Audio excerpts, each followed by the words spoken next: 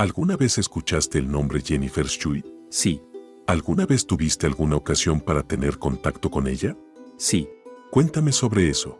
no. Este sospechoso lleva huyendo 19 años, pero en 15 segundos va a perder el control por primera vez. Hay dos lados en cada historia. Aquí no hay otro lado de la historia. Si la vieras, creo que estarías muy orgulloso, de verdad.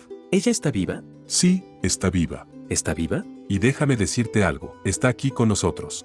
Jennifer Scott, de 8 años, secuestrada, agredida, silenciada y dada por muerta. Era solo una niña en aquel momento y perdió la capacidad de hablar después de que su agresor la hiriera horriblemente, pero sobrevivió recordando todos los detalles y llegó a resolver su propio caso, poniendo fin por fin al reinado de terror de Dennis R. Branford.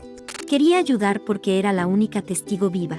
En la pequeña ciudad de Dixon, Texas, la curiosa niña Jennifer vive con su madre soltera, Ellen, en un pequeño apartamento de un mal barrio. De lo poco que recuerdo de mi infancia, no me gustaba la oscuridad ni dormir sola, así que me reconfortaba acostarme con mi madre. Lo único que teníamos era la una a la otra. El 9 de agosto de 1990, a las 2:30 de la madrugada, Ellen, de forma excepcional, le pidió a Jennifer que fuera a dormir a su habitación porque tenía que levantarse temprano a la mañana siguiente. Jennifer se fue a su habitación y leyó hasta que se quedó dormida. Por la mañana, Ellen no encontraba a Jennifer y la ventana de su habitación que da al aparcamiento estaba abierta de par en par. En algún momento de la madrugada del viernes, Jennifer Schuit, de 8 años, fue secuestrada en el dormitorio de su apartamento. La madre de Jennifer entró en el dormitorio y encontró la ventana abierta y a su hija desaparecida. Dije, Jennifer, y no había ni rastro de ella, y ya sabes, se había ido. Después de que llegara la policía comenzó la búsqueda enseguida. Empezó a hacerse evidente muy rápidamente para los agentes que no se trataba solo de un caso de fuga. Los agentes empezaron a darse cuenta rápidamente de que no se trataba de un caso aislado.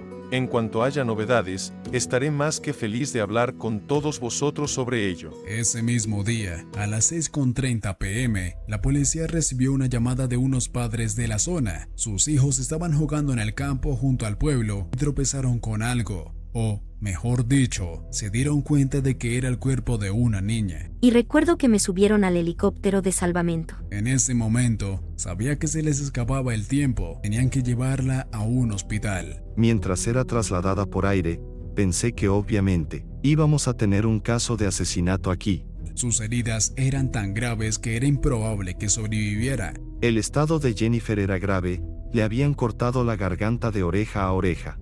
Pensamos que probablemente la habrían agredido sexualmente. Y realmente entonces, a los 8 años de edad, no entiendes realmente lo que significa violación. Estaba en un estado tan horrible que prohibieron a su madre entrar en la habitación. Y se podía ver, ya sabes, que tenía mucho miedo. Inexplicablemente, su agresor no le tocó las arterias principales del cuello. Fue una gran noticia en la pequeña ciudad de Dickinson, Texas. La madre de Jennifer estaba frenética. Tú sabes, siempre hemos sido solo ella y yo. Completamos su cirugía, sus vías aéreas están estables. Cuando Jennifer recuperó el conocimiento tras la operación, su comportamiento cambió de repente. Era una paciente difícil de tratar porque tenía muchos médicos hombres y me daban miedo los hombres. El departamento de policía de Dixon envió a toda una brigada a su habitación del hospital. Con esto, con todos los médicos y el personal masculinos, Jennifer acabó en un constante estado de pánico. Un detalle extraño en aquel momento era la desconfianza hacia todos y cada uno de los agentes de policía, pero este hecho acabaría teniendo mucho más sentido una vez que Jennifer empezó a compartir su versión de la historia. Con Jennifer, sabíamos que teníamos una superviviente que no podía hablar, los retos eran extraerle información. Ahora, estamos hablando de una niña de 8 años. Jennifer no pudo decir nada directamente al investigador, ya que no tenían otra opción. Le dieron un cuaderno y unos bolígrafos y le pidieron que respondiera la pregunta por escrito. Si te está gustando este video, dale a like. Para no perderte ningún video más, síguenos y activa las notificaciones. ¿Conoces algún caso de tal magnitud? Déjanoslo saber en los comentarios. Era sobre todo yo escribiendo notas a mi madre, y ella se las entregaba al oficial de fuera. Solo tenía 8 años, pero se le consideraba muy inteligente para su edad. Era muy detallista en la forma de describir los hechos. Entonces, tras quedarse dormida en su dormitorio, se despertó en brazos de un desconocido. Corría conmigo, llevándome por la acera, e inmediatamente intenté gritar, pero me tapó la nariz y la boca. Le susurró que era policía y que tenía que calmarse. Luego subieron a un coche y él la sostuvo en su regazo mientras se alejaban. En ese momento supo que algo iba mal. Por un lado, sabía que la policía era el bueno, pero por otro, le habían dicho que nunca confiara en un desconocido. Como niña, quería creerle, pero la parte de mí que tenía miedo a la oscuridad sabía que había algo que no estaba bien. Esto hizo que la investigadora se diera cuenta de por qué no confiaba en ningún varón, y menos en los agentes de policía. Empecé a darme cuenta de que en realidad me habían secuestrado. Tenía mucho miedo de lo que pudiera ocurrir después. Para calmarla, el hombre metió el coche en la escuela primaria local de allí. Dijo que esperarían hasta que saliera el sol para que su madre viniera a recogerla. Recuerdo que esperaba ansiosamente esos faros, pero nunca llegaron. El hombre fumaba y bebía y le ofrecía caramelos, una gran señal de alarma para cualquiera que estuviera familiarizado con el programa de seguridad para niños Stranger's Danger u otro que enseñara a la escuela por aquella época. Recuerdo que me dijo, bueno, tu madre no va a venir, y arrancó el coche. Condujeron fuera de la ciudad y pararon en un campo. Allí, Jennifer empezó a hacer preguntas. Yo era una niña de 8 años muy curiosa, estaba como interrogándole. Quería que me demostrara que era policía. Quería saber, ¿dónde está tu arma? ¿Dónde está tu placa? Me dijo una vez aparcado que su arma estaba en el asiento trasero, así que me puse de pie en el asiento delantero del vehículo para mirar en el asiento trasero. Y este es el momento en que ocurrió. Por respeto a Jennifer y a otras demás víctimas de su agresor, no cubriremos la agresión, ya que es extremadamente gráfica. Cuando despertó, la arrastraban por el tobillo, desnuda en medio del campo. Es una locura pensar que alguien tan joven sepa exactamente qué hacer en este tipo de situación, pero se hizo la muerte, sabiendo que era la única posibilidad de sobrevivir. Y me soltó las piernas, luego lo escuché alejarse.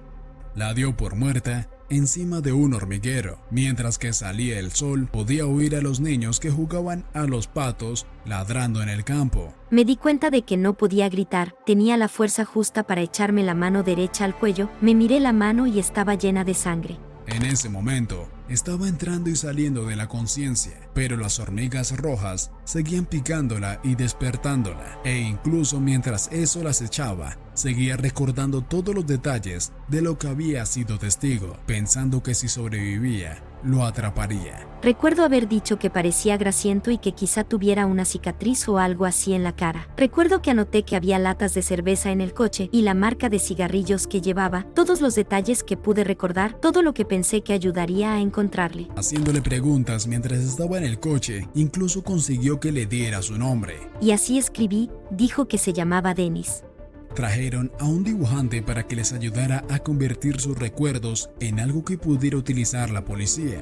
No podía hablar e intenté describir a una persona a través de notas sin decir una sola palabra. Sin decir una sola palabra, Jennifer pudo ayudar a elaborar esto, pero lamentablemente no parecía un caso sólido para la policía. Se pusieron en contacto con el público con el boceto en vano, y al final, el pequeño departamento de policía no descubrió nada, salvo algunos trazos de ropa de Jennifer y su agresor tiradas en el campo. Me resultaba muy frustrante no poder decir lo que quería de la forma que quería. Intentaba expresar su desacuerdo y se enfadaba aún más por el hecho de que ya no podría decir lo que pensaba, y fue entonces cuando ocurrió un milagro. En uno de sus desplantes mudos, salió de su boca un pequeño sonido. Los médicos se quedaron estupefactos, ya que sus cuerdas vocales estaban básicamente cortadas y desconectadas, y no se esperaba que volvieran a conectarse, pero de algún modo empezaron a sanar. Incluso recuperé la voz mientras estaba en el hospital. Me gusta decir que no me he callado desde entonces.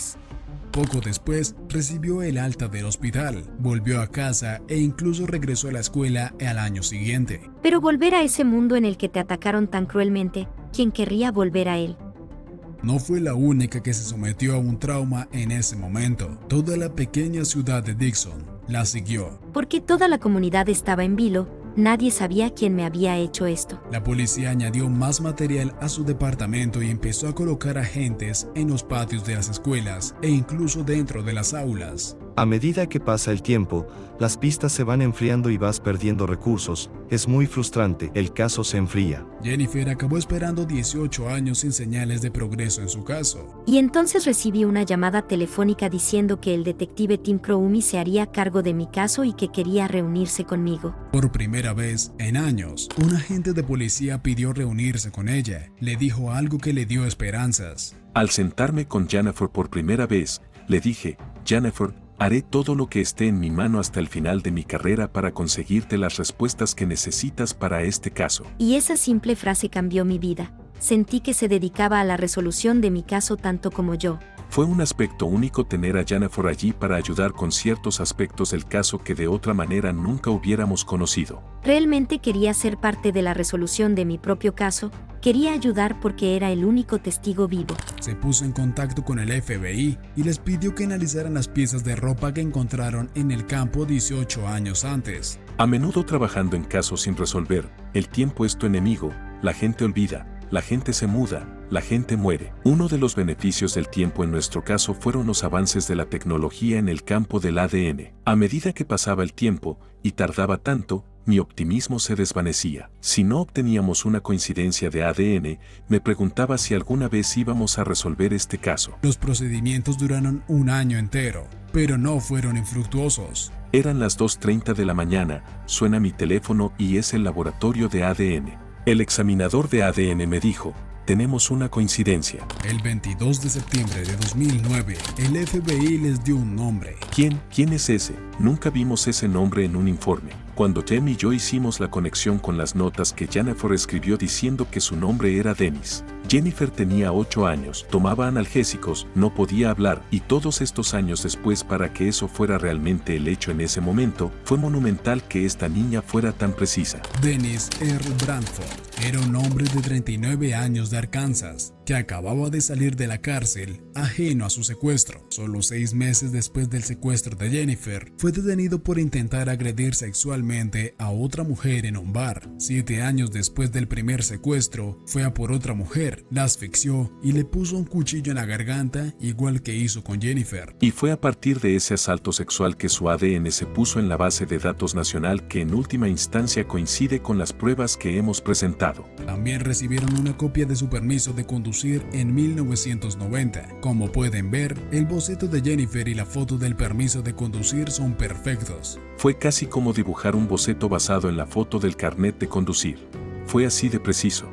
Poco después, la policía obtuvo la orden judicial y detuvo a Dennis. Cuando me llamaron esa mañana y me dijeron que realmente habían arrestado a esta persona, Dennis R. Bradford, fue el momento más surrealista de mi vida. Esperábamos, sobre todo, obtener una confesión. No queríamos que hubiera ninguna forma de que esto pudiera ser derrotado en un tribunal. Ok, perdóname mamá. Yo saqué a esa pequeña niña por la ventana y la subí a mi auto. Ella estaba muy asustada y le dije, por favor no te preocupes, todo va a estar bien. Le dije a esa niña que era un oficial de policía. Me desvié en este pequeño camino. Esa pequeña niña estaba muy asustada y simplemente me perdí. Estaba como un animal salvaje. No puedo obligarme a mí mismo a decir eso. No sé por qué. Nunca sabré el por qué. Por mucho tiempo he querido simplemente terminar con esto, pero nunca tuve el valor. Para el anuncio de la captura de Dennis, Jennifer subió al estrado ante los medios de comunicación. Sobre todo me gustaría agradecer al detective Jim Comey del Departamento de Policía de Dickinson y al agente especial Richard Dennison del FBI por todo su duro trabajo y dedicación durante el último año y medio y por su promesa desde el primer día de nunca abandonar mi caso y por escuchar mi voz y ver mi determinación. Entonces empezó a prepararse para el juicio, en el que Dennis se declararía culpable. Así que pensamos, qué bueno sería elegir el 10 de agosto, 20 años después del día del ataque, y cerrar el círculo. Recuerdo que me quedé despierta noches enteras intentando perfeccionar mi declaración de impacto sobre la víctima, intentando perfeccionar lo que quería decir. Tenía 19 años de cosas que decirle a esta persona. Pero al final, ese juicio nunca tuvo lugar porque Dennis se suicidó en su celda una vez encarcelado. El día en el que se habría celebrado su juicio, Jennifer fue a su tumba y le leyó su declaración de impacto sobre la víctima. Dennis Bradford, elegiste a la niña de 8 años de 45 libras equivocada para intentar asesinarla porque durante 19 años he pensado en ti todos los días y he ayudado a buscarte en mi corazón. Sabía que estabas ahí fuera y ahora sé que escuchando a mi corazón todos estos años y nunca dándome por vencida en encontrarte, tenía razón. Ella se preguntaba si esto podría darle algún tipo de cierre, si él podría escuchar desde el más allá, y en ese mismo momento fue mordida por una hormiga roja, igual que las que aquel día en el campo. Para ella, esto era una señal, la nota final de su historia. A lo largo de este periplo he tenido dos objetivos principales: encontrar al hombre que me secuestró, agredió sexualmente e intentó asesinarme hace 19 años para que no pudiera hacer daño a nadie más, y utilizar mi voz para contar mi historia al mayor número posible de personas con la esperanza de animar a otras víctimas de delitos violentos a alzarse y denunciar a los delincuentes. Hoy puedo decir con orgullo que he logrado estos dos objetivos. Espero que mi caso sirva de recordatorio a todas las víctimas de delitos violentos para que nunca pierdan la esperanza de buscar justicia, por mucho tiempo que pase o por muy difícil que sea. Aunque las cicatrices nunca desaparecerán, Jennifer se negó a que su condición de víctima le impidiera vivir su vida. De hecho, quiso formar una familia, pero desgraciadamente, debido a la violenta agresión sexual por la que había pasado, le dijeron que era prácticamente imposible que concibiera un hijo. Pero tras compartir su historia, un médico se ofreció a ayudarla. Cuando Jonathan y yo nos enteramos de que estábamos embarazados, nos quedamos en shock. 2 años después, tuvieron su primera hija y luego un hijo. Es como, pellizquenme, quien hubiera pensado que ellos serían realmente mi final feliz. Hoy sigue alzando la voz como defensora de las víctimas. Él intentó silenciarla, pero ella siempre fue más fuerte, incluso siendo una niña. No soy una víctima, sino una victoriosa. Si quieres conocer el caso del hombre misterioso que se aprovechó de una joven que estaba ebria y la forzó en su propio apartamento para después acabar con su vida, te dejo el link en pantalla.